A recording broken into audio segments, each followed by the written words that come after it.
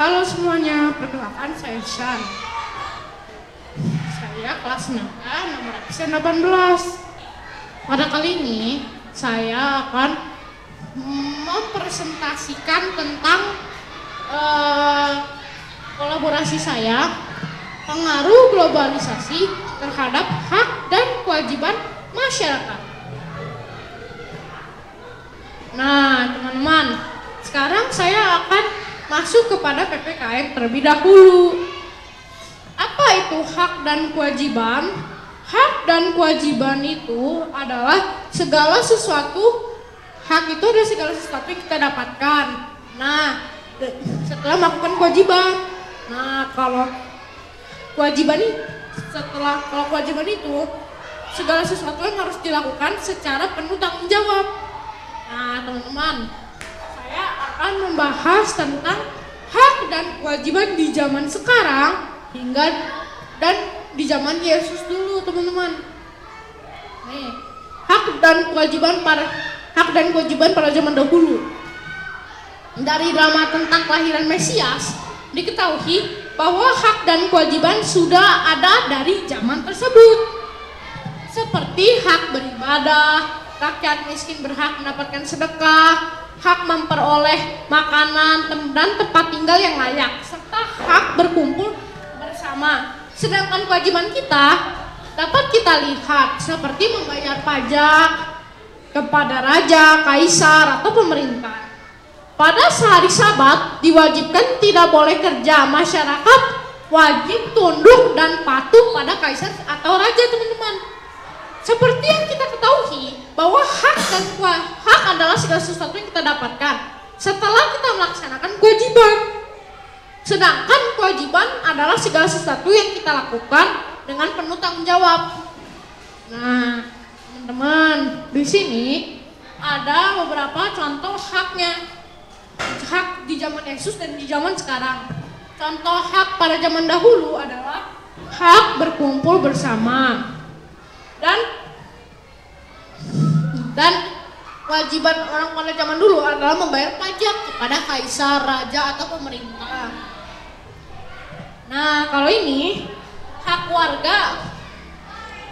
Hak warga adalah hak warga sekarang, dan hak warga dulu adalah hak warga sekarang, dan pelaksanaannya adalah memperoleh pendidikan yang layak, memperoleh kesehatan yang layak, terjamin kesejahteraan hidupnya, dapat hak untuk mengeluarkan pendapat, jadi berkomunikasi dan memperoleh informasi, perlindungan diri pribadi, jadi mendapatkan perlindungan seperti untuk diri sendiri atau pribadi, hidup sejahtera lahir dan batin, memeluk agama masing-masing, mengembangkan kebudayaan dan menikmati kekayaan alam. Nah, pelaksanaannya itu adalah memperoleh pendidikan yang sesuai dengan bakat dan minat, mendapatkan pelayanan kesehatan yang baik, mendapatkan kesempatan kerja dan usaha. Masyarakat diberi kebebasan mengeluarkan pendapatnya. Masyarakat diberikan kebebasan dalam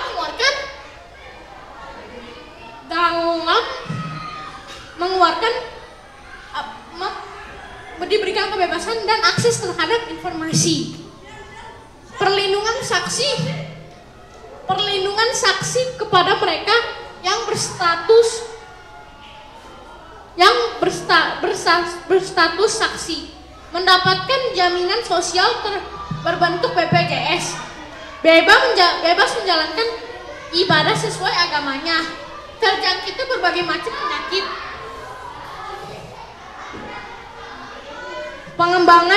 pembangunan jalan raya. Nah, itu contoh pelaksanaannya.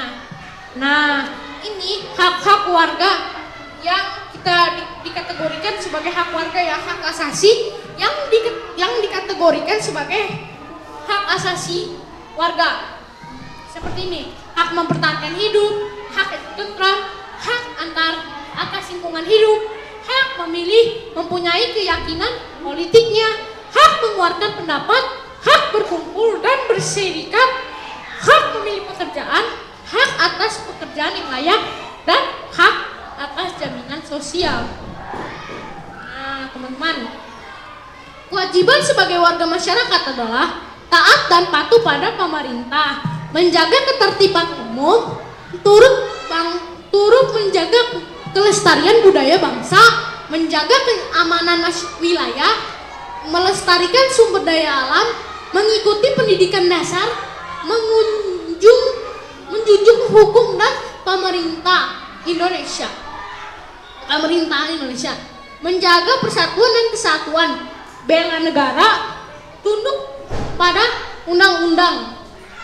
Nah, kalau pelaksanaannya, membayar pajak dengan tertib, tidak membuat onar, berlatih kesenian, melakukan kegiatan siskamling, melakukan reboisasi dan penghijauan, bersekolah dari SD sampai ke perguruan tinggi, mematuhi semua peraturan yang dibuat pemerintah, berteman dengan mereka yang beda agama, suku, ras, dan daerah, bersedia menjadi anggota TNI dan Polri, melaksanakan undang-undang yang ada, teman-teman. Nah, ini contoh kewajibannya ya, mengikuti pemilu, contohnya ya, nih, mengikuti pemilu, ya kan? Nah, bela pada tanah air, jadi kita bersedia misalnya menjadi TNI atau Polri, berteguh pada Pancasila. Nah, berikut ini adalah 3 manfaat melaksanakan hak dan kewajiban. Hidup akan lebih menyenangkan sebab terciptanya kerukunan, terhindar dari perilaku menindas hak orang lain. Sebab apabila lalai atas kewajiban dan hanya menuntut hak kita, bisa jadi kita melanggar hak orang lain. Nah, hidup lebih, jadi teman-teman, dari kita melaksanakan hak dan kewajiban ini, hidup itu lebih teratur dan tertata, teman-teman. Jadi hidup lebih damai, tentram, dan banyak lagi. Nah, teman-teman, setelah kita membahas tentang hak dan kewajiban pada zaman dulu, kita akan masuk ke dalam matematika, teman-teman, itu lingkaran. Nah, di sini saya sudah membuat. Nah, kalau ini adalah titik pusat. Kalau yang ini, oke, nanti yang soal bagian-bagiannya itu urusan belakangan. Nah, kita akan membahas tentang pengertian lingkaran. Globalisasi terjadi akibat kemajuan teknologi dari dulu hingga sekarang. Globalisasi ini terdiri dari kata globe. Globe artinya tiruan bola bumi yang memberikan gambaran tentang bentuk bumi yang bulat sehingga mendekati bentuk sebenarnya, atau dengan kata lain, globe adalah tiruan bola bumi yang diperkecil serta menyerupai aslinya. Globe berbentuk bola atau lingkaran, di mana ini salah satu bangun ruang yang tidak memiliki titik sudut. Ciri-ciri lingkaran adalah memiliki diameter yang membaginya 2 sisi seimbang dan memiliki jumlah sudut sebesar 180 derajat. Selain itu, diameter adalah konsontan dan jari-jari yang menghubungkan titik pusat dengan titik busur di lingkaran, juga menjadi ciri-ciri sebuah lingkaran, teman-teman. Titik pusat, jari-jari, dan diameter, busur, kali busur, juring, temereng, apotema merupakan beberapa unsur dalam lingkaran. Yang perlu kamu ketahui ini, teman-teman, himpunan titik-titik dengan jarak yang sama terhadap titik-titik tertentu disebut lingkaran, teman-teman. Nah, teman-teman, berikut adalah unsur-unsur lingkaran nih, teman-teman. Dari sini ke sini itu diameter. Kalau yang ini, teman ya, yang ini tuh namanya titik pusat.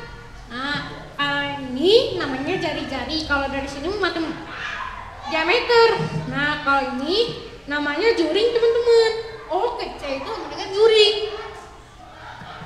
Nah, kalau ini apotema, teman-teman, dan yang ini busur, yang ini tali busur, dan ini temereng. Nah, teman-teman, sekian dari presentasi Shan. Mohon maaf kalau Shan ada salah-salah kata kepada kalian semua.